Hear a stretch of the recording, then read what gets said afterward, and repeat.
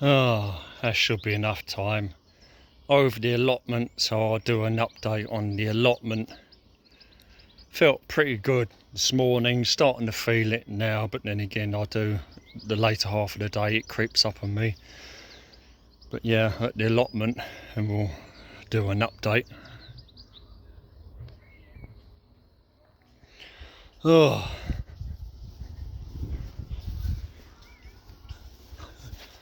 this waterbutt was somewhere else on the plot, and there's a pipe leading down into it, so maybe one day in the future, I don't know when, I may link it up.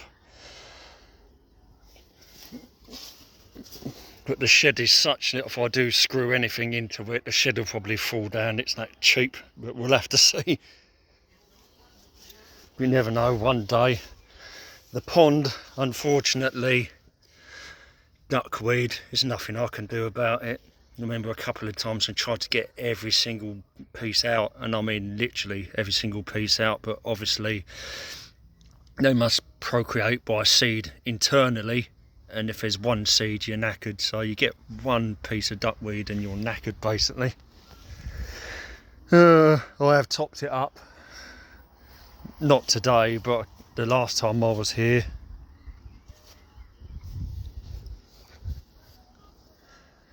We've got plums on the plum tree again. I need to have the last few tips cut off, and I need to cover it up because the last 3 or 4 years the plums have been nicked, and I need to stop them from getting stolen.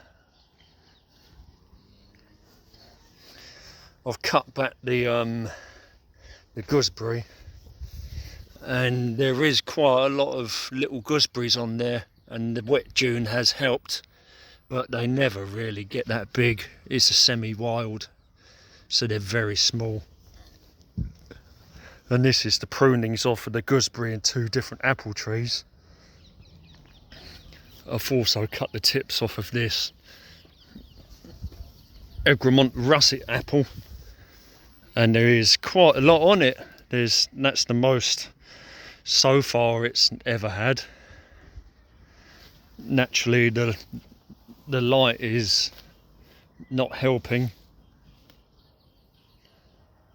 I've cut the tips off that, and also this oak tree. There was whippy bits on that, and I've cut them off. The plum tree, sorry, the pear tree, I don't really know what to say. There's actually pears on it for the first time ever. I've got a good crop of pears. It's the first time that I've had a decent crop of pears on it. There's just something about the microclimate this year, and again the wet June, and I actually have pears on it. And this is a Bure Hardy, I think, or William, no, it's a William or Bure Hardy, I'm not entirely sure now. I haven't cut the tips off this, but I did chop dead wood off, and as you can see, again there's this issue with bits dying back, and I have to keep cutting it right back. But yeah, very surprised. That's the most pears I've ever seen on that, and they're clean. And I put that tree in about 1997, 98.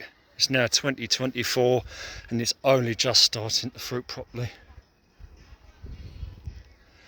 The Discovery apple has got quite a lot of apples on, but again it's probably going to need a lot of rain to plump up the apples.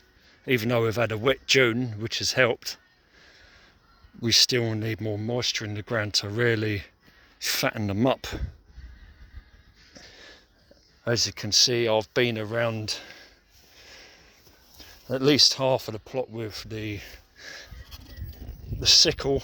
I have to do it by hand now because all my family's gone. There's no cars. I can't take petrol machinery on the bus or the tram, so I'm pretty much buggered. Evening primrose,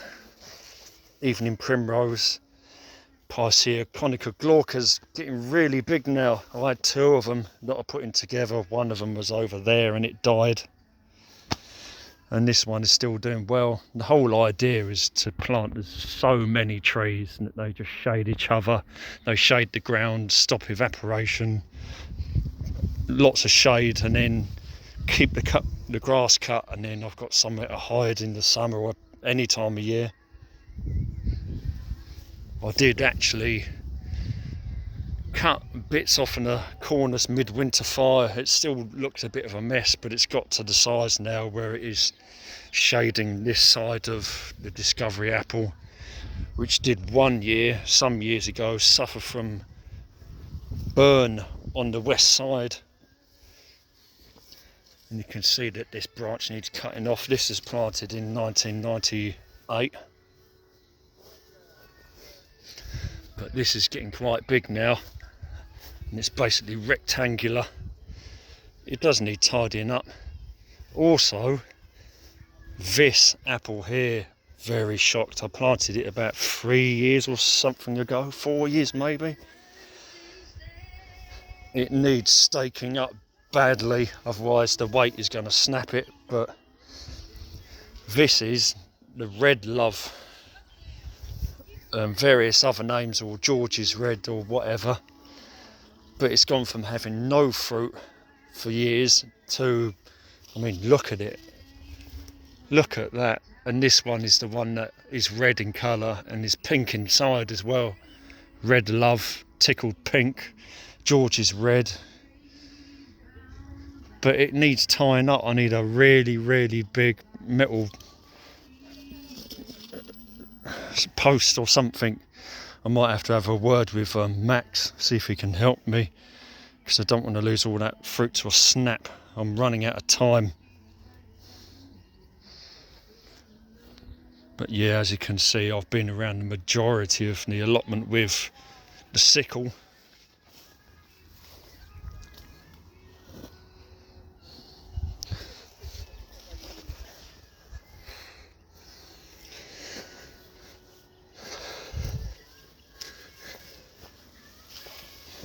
Blue pine here of some description, I planted that, and this is the first year I've noticed it is actually looking healthy.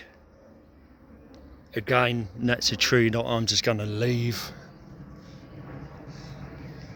There was 2, one didn't survive, but this one did, and it's the same as the 2 that I got at the Olds flat. Another apple tree, which is supposed to be some kind of cider apple.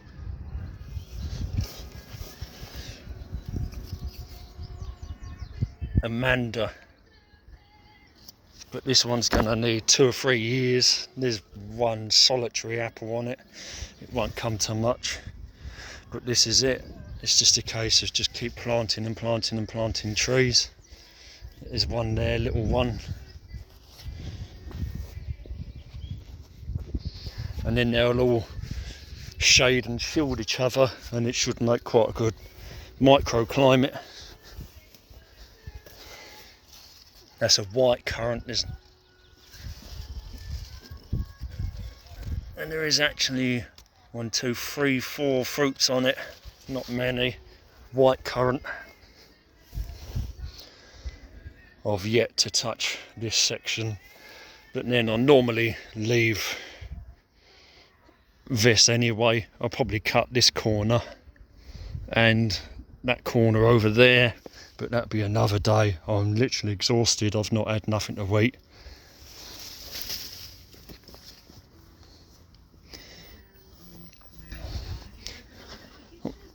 Black currants. The black currants are ready.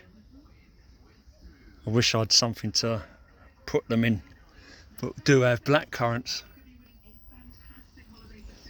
And joster berries, which is a cross between a gooseberry and a blackcurrant.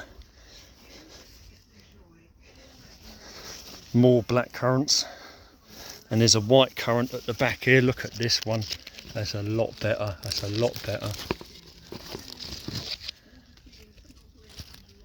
That's a lot better for berries. I should come over here tomorrow really and spend some time picking fruit.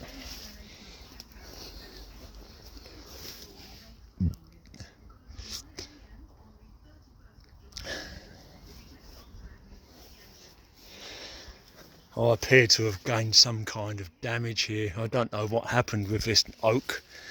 It's sprouting below, but above is perfectly fine. But I think I've had an issue with maybe squirrels. Squirrels have been attacking it, or parrots. There may have been something living in there and something chewed away at it to get a worm or something. I don't really know. But you can see this oak here that I've clipped over the years. It's quite low, but it's getting to a certain shape where it's shielding everything underneath. And here, again, I'll need to cut lower stuff and encourage it to sort of crawl across and up.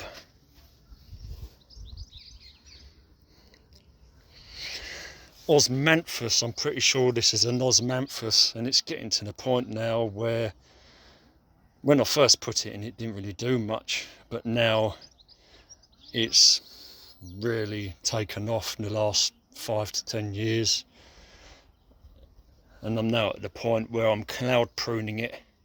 So I've got 1, 2, 3 levels and a couple of bunny ears at the top.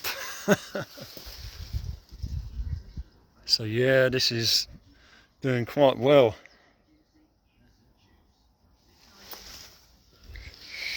The cactus collection has suffered a lot due to my illness and not being able to be around. But yeah, but I'm quite happy with that osmanthus. It's just a shame that I have to do all the grass cutting manually. This has been, what, 4 attempts now, and I think I've still got 1, maybe 2 more times chopping at ground level. This is going to be a nightmare, this corner. See how this maple's doing, if it's still alive. Yep.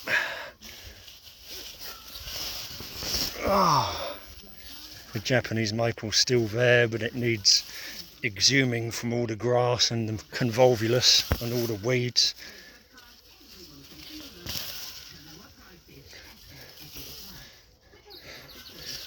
Yeah, it needs to be freed from all this mess. Big mess. And this is that yew that I planted, and I clipped it the last time I was here. So I've got this yew on the corner, and I'm hoping to keep it square or rectangular and just let it grow up and up and up and up, basically. Let it just get higher and higher. But I'm glad that I've got a clip yew.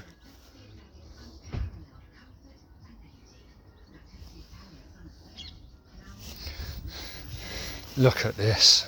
Oh, problem is there's only so much I can do. Look at all these blackberries. Oh dear.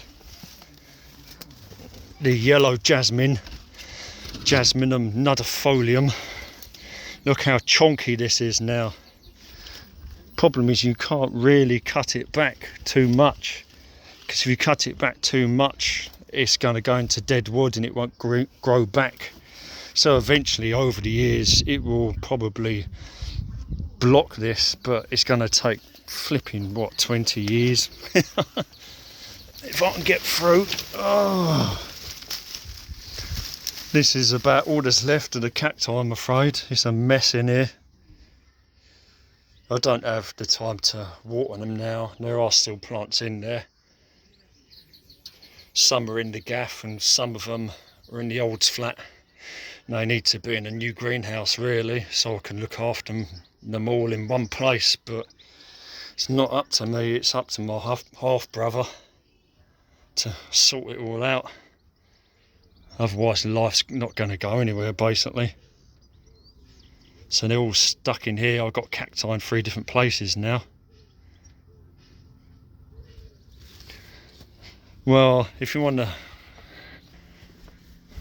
you can go back again, but that's basically an update. I've cut a load of grass, but I've had to do it manually. And the fruit trees are doing very well. Egremont russet, the pear especially, the red love, or George's red, tickled pink, apple, the plum, it needs covering, discovery apple. I've got the L-Star apple over there, and that's got quite a few on it. Not too much on the old Laxton Fortune at the top, but it's just my priority is to just plant trees and have trees cover each other so they can create some kind of cool climate between themselves. And we've got more annually plums shooting up, and one of them I'm going to leave, but the main one is massive now. It's the biggest tree on my plot.